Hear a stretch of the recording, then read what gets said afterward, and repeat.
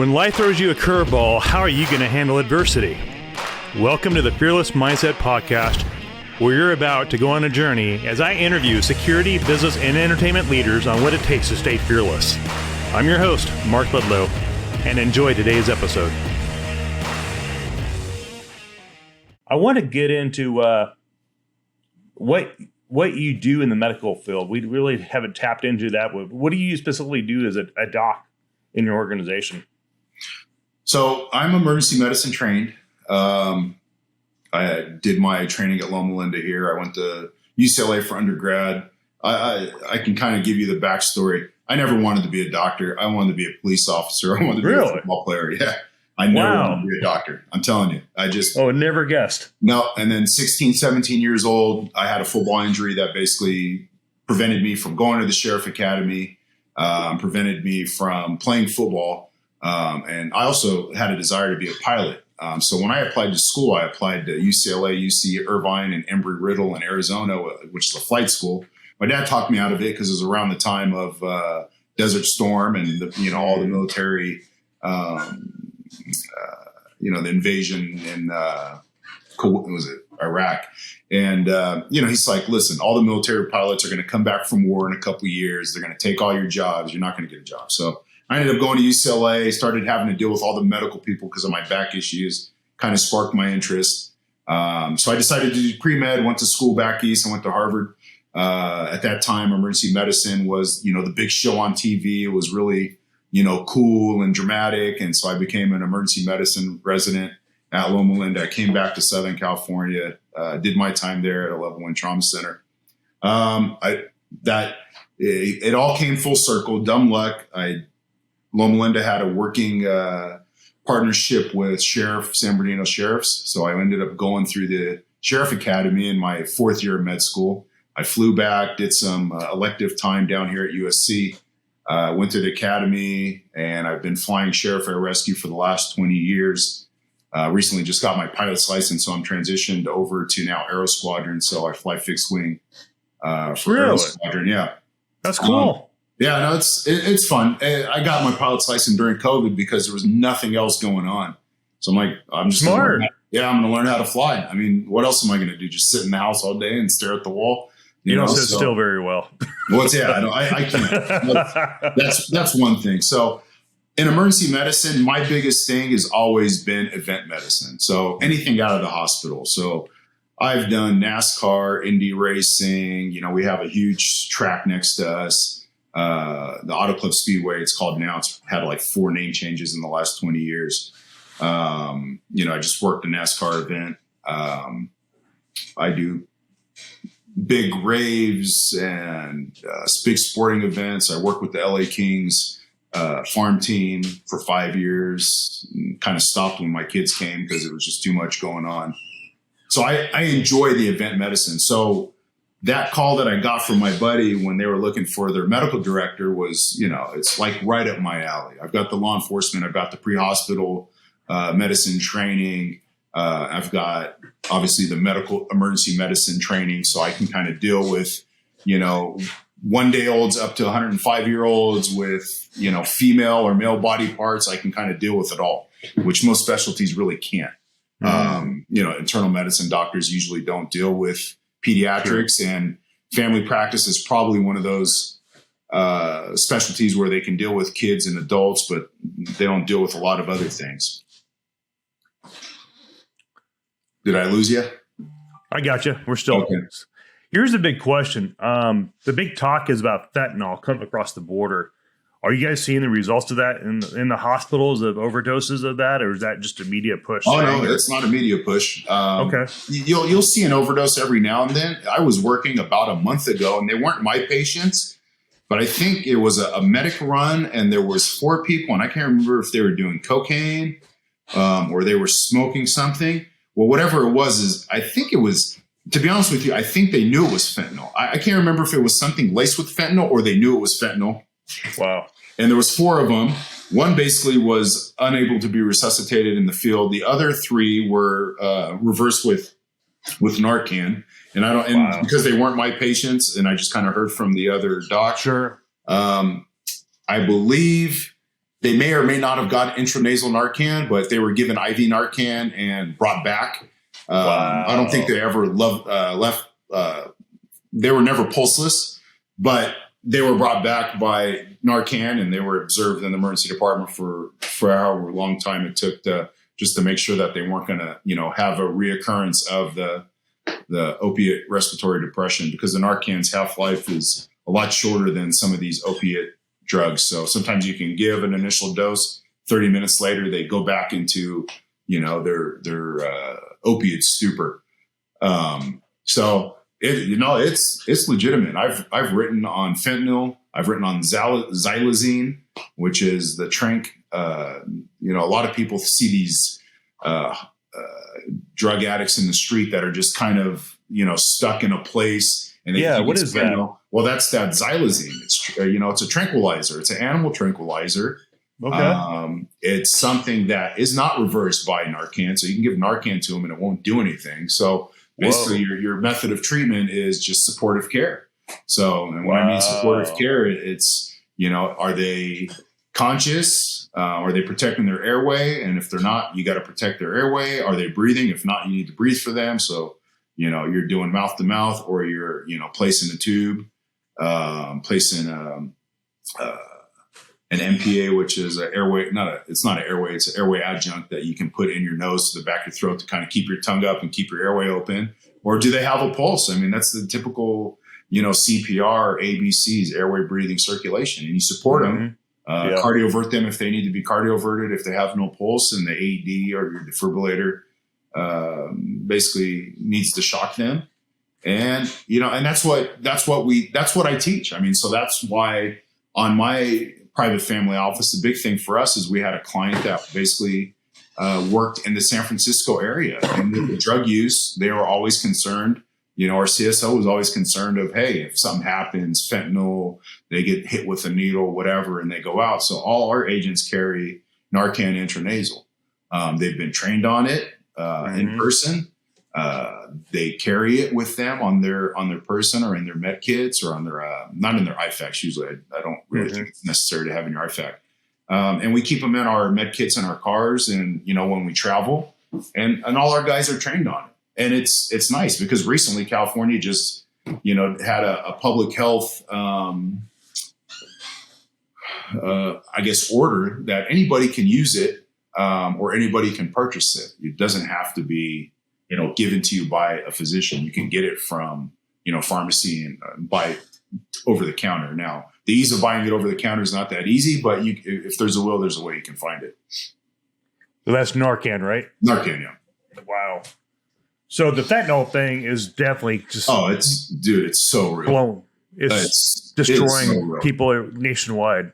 Yeah, it's so real. I mean, you think about it. And I just had this conversation with a buddy of mine in the security industry. I'm like, I saw an article that was showing how the coca farmers in Colombia, I think it was, are basically, I mean, and these are, low income workers who are probably working for tens of dollars a day. Sure. And they're no longer planting coca because now all the cartels are saying, why am I going to send a kilo of cocaine and don't hold me to the price, for 10 grand when I can send that same package of fentanyl for 45, 48, 50,000? Wow. Well, what are you going to smuggle? Of course. The numbers speak for themselves. I mean, they're basically saying the coca farmers are basically, poor, have nothing now because they're not, so what's going to happen is cocaine prices will probably go up. More fentanyl will come in. And you'll have more deaths because cocaine rarely kills anybody. I mean, I usually don't see a cocaine overdose in the emergency department. Interesting. I did not know that. Well, cocaine, if you take too much, you may have a heart attack. But usually people aren't even taking pure cocaine, that hasn't been cut. There's a mix. Yeah, it's when they cut it. I mean, people can do cocaine all day. You can't just... Fentanyl has a very short, very small ability to overdose. If you take too much, you're overdosing. Cocaine, you may just feel jittery maybe you'll have a heart attack. That's rare, but that's a concern still. But fentanyl is way more dangerous than cocaine. So do you think it's true? Is it coming from South America, or is it being created by overseas somewhere? Do we know? I only know what I read. I mean, it sounds like it's lab made. You don't got to plant anything. They're making it in the labs, and if China is smuggling it through the south or the side, to be honest with you, it doesn't matter where it's coming from. It's just getting here, and it's getting here to kill people. Right. You know, so we need some diplomacy from the United States side to shut this thing down before it kills more. Fentanyl was bad news. Wow. Yeah, and I'll say it here, and I train my guys.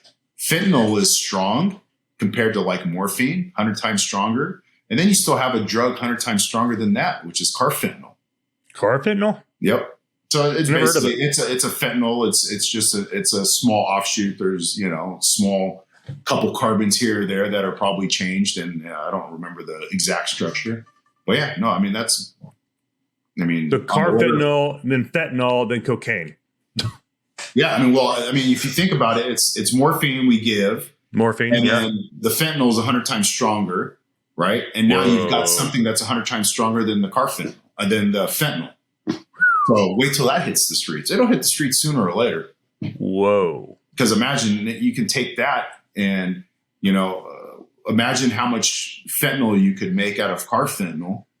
A kilo package may be $150,000, $200,000 because you can cut it and add fillers to it, whatever they're cutting drugs with now, to make it the same dose as the fentanyl, but it's at a footprint of 1% of what the footprint of fentanyl is.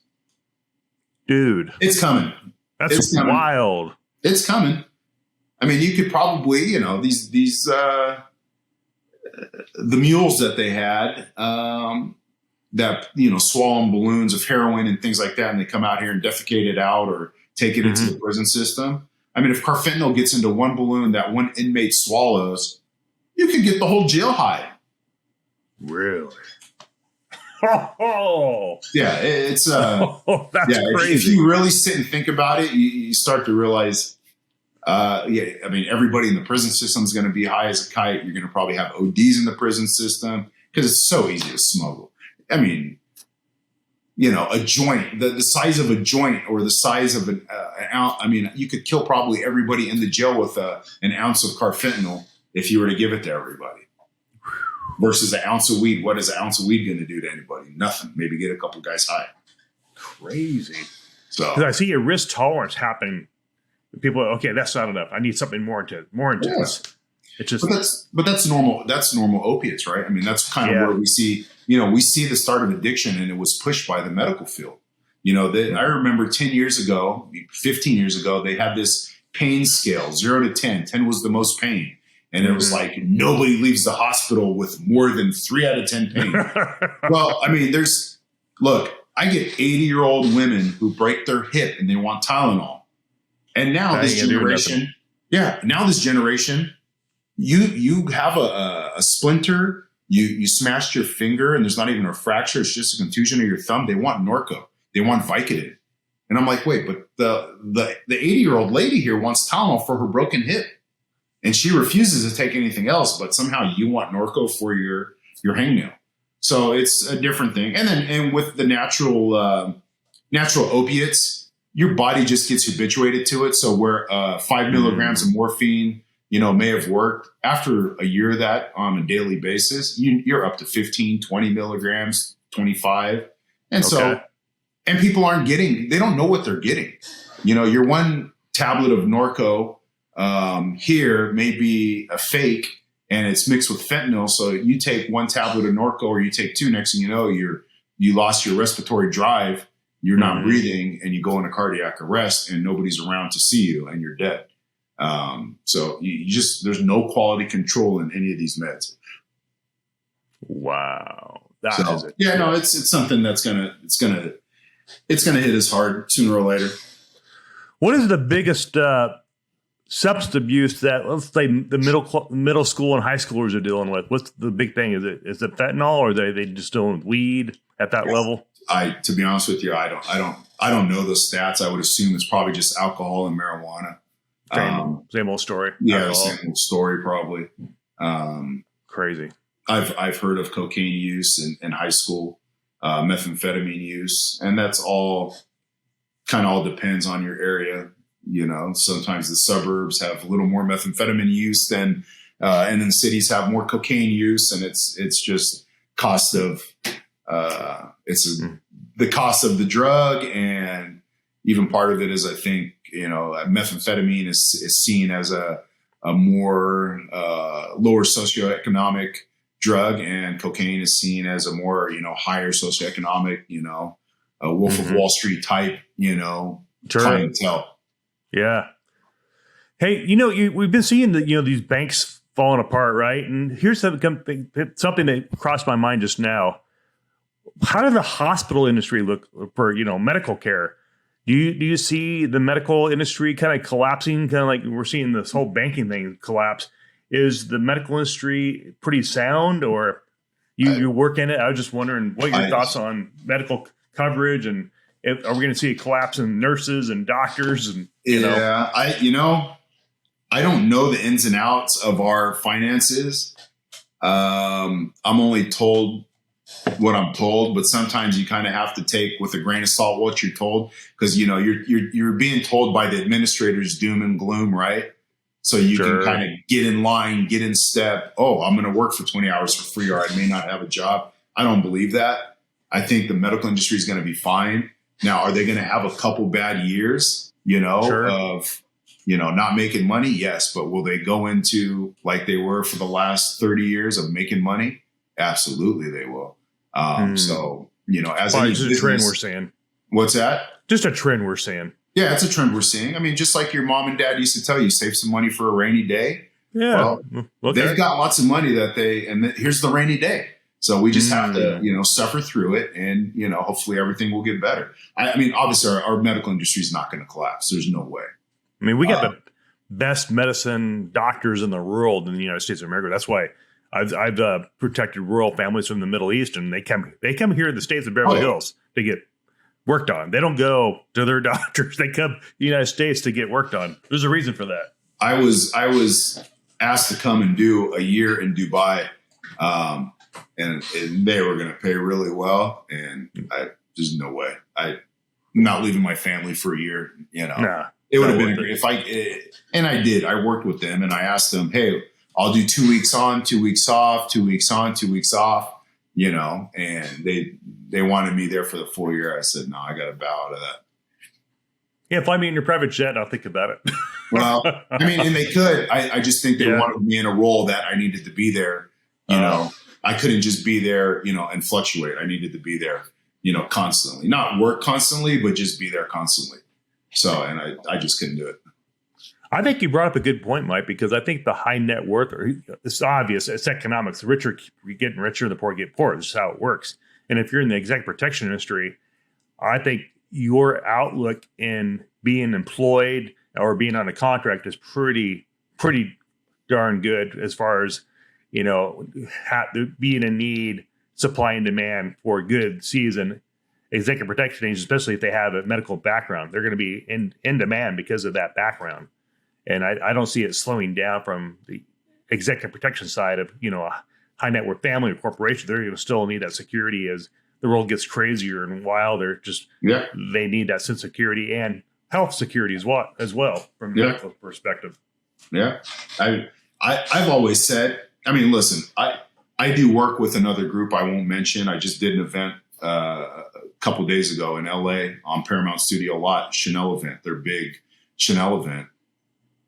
When I work with these guys, because I've got the law enforcement security background and the medical, I'm not that guy that's stuck in the parking lot or back of stage or back of house or, guarding the door for 12 hours. I get some of the better details, and it's because of my medical background. If I didn't have my medical background, I'd be like anybody else where, you're going to be working with the very back door of stage, 14, protecting that door for 12 hours. Look, it's a job. It pays the bills. It's not something I want to do. And it's not something I have to do because I've got, that medical background, So I think those in the security industry that have a strong medical background, along with the strong, security base, are going to be able to call their shots. I mean, they're going to get recruited. They're going to be able to work whatever detail they want. And they're going to be able to call their shots. And right, they should. I mean, they've got a skill set that's, in demand. Right. They're not just a medical guy and they're not just security. They can do dual both. And, it just makes sense. It's hard. I mean, it's hard for a security professional to leave security, go to a 2-year paramedic school. And then, to really be good, you probably have to go ride on an ambulance for a year or two to really hone in your skills. Just because you finished paramedic school doesn't make you a great, EP medic.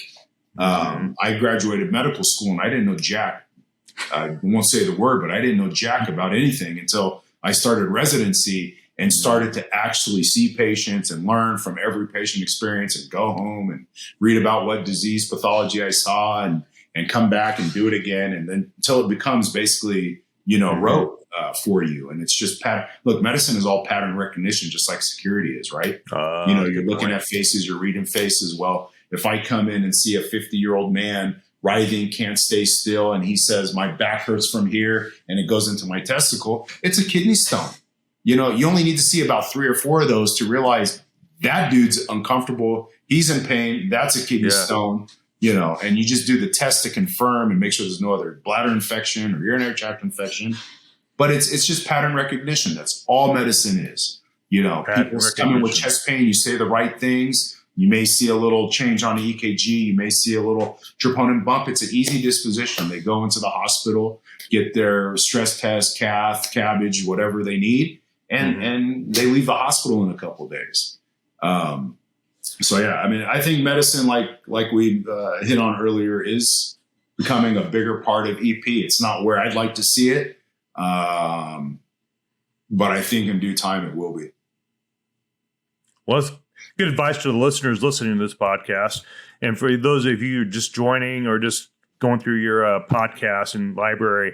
We got Michael. He's a medical doctor at an organization we're not going to mention because for the sake of his protecting, his job and everything. So we'll leave it at that. But he's a doctor in Southern California. How many years have you been practicing as a doctor? 20 years since 03. A long time. Yeah. And he's also been in the EP industry probably the last 3 years. And Mike, when you work as an EP agent, do you find you're offered a lot more money because you have an MD license behind your name? Does that help with the money coming in? Yeah. Okay, fair enough. Like you said, you're not working backstage or someone's back of the yard in a car. You're treated differently because of that. Yeah. I mean, I do some of these events because I like the guys I work with. The money's fine. My goal is to transition out of emergency medicine in the next 3 years or so. And then just go, full time into EP. And there's some corporate entities that, are discussing bringing me on. But, the way corporations work, it's, with the board and things like that, it just takes a while. But like I said, I'm in no rush. I've still got, 3 more years I want to do. Wait for my kids to get a little older so I can maybe do some more traveling and things. But, sure. I'm in no big rush. So I enjoy it because, listen, the way I see it is I can be a medical director and sit in my house or, fly up and do some trainings every now and then. But if I'm not out in the field seeing what the guys are doing, seeing what they have to deal with, or I can't do what I'm telling them they have to do, then it's, what am I doing? It's just more pseudo medicine. I'm telling them to do things that are just not, possible to do. A prime example is, a lot of these ER docs or nurses, patients come in with these paramedics and well, why didn't you this? And why didn't you that? Why didn't you put an IV? Why didn't you give them this? And you're just like, well, when's the last time you were on an ambulance with only a 3-minute ETA?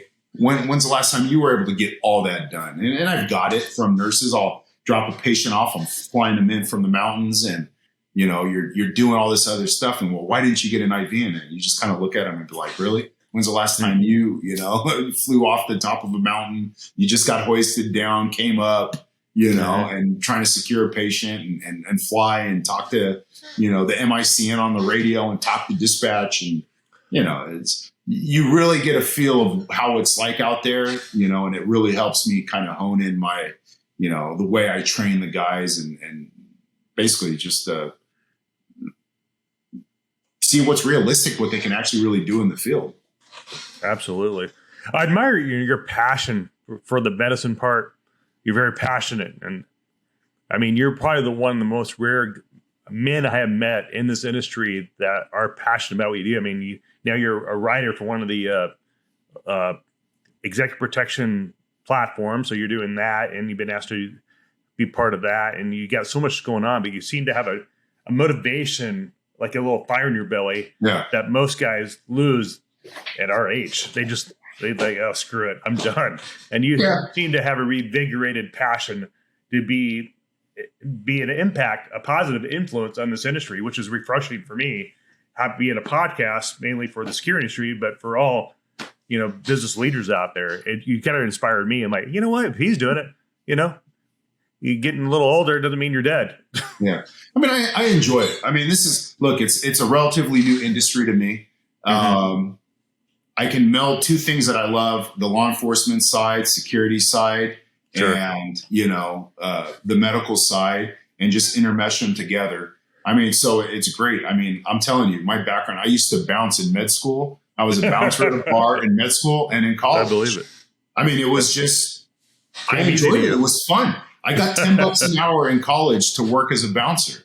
And I would, to be honest with you, I mean, that was 20 something years ago. I would have done it for free because it was fun. I was hanging out with cool guys. It was a family, the same guys on each Thursday, Friday, and Saturday night.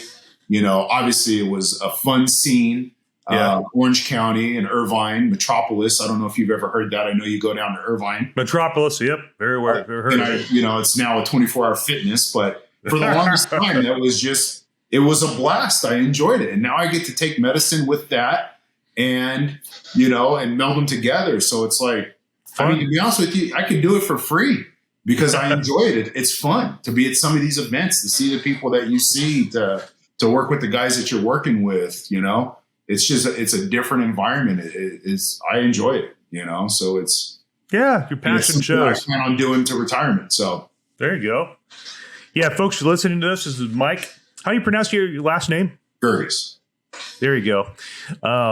He just joined us for the podcast, just kind of share his thoughts and ideas on the medical side, being a doctor, and the EP side, being an EP agent. And if you're tuning into this, please go give us a 5-star rating on all the podcast platforms. That helps our rankings and ratings. And then go to YouTube, subscribe to the YouTube channel. And I think, we're on Instagram, the Mark Ledlow, Twitter, the Mark Ledlow, and we'll be posting this on those platforms as well. And any parting words to the audience do you have, Mike? Be good to each other. Be nice to each other. Like I said earlier, tomorrow's not promised. The next minute's not promised. Be good to your family. Take care of your family. You may not see them, tomorrow or, in the next 5 minutes. So kind of remember what you're, here on this earth for. And, obviously we're all here to work hard, work together, make it a better place. But that's pretty much it. Just be good to each other. Thanks, Mike, for coming on, and thanks for the audience for tuning in to the podcast today. And hope you enjoyed this conversation with Mike. And please leave the comments on the YouTube channel. If you like it, if you think we're just full of crap and Michael doesn't know what he's talking about being an MD from Harvard, leave a comment. Let us know what you think. Thanks for tuning in, and we'll catch you on the next episode of the Fearless Mindset Podcast. Talk to you soon.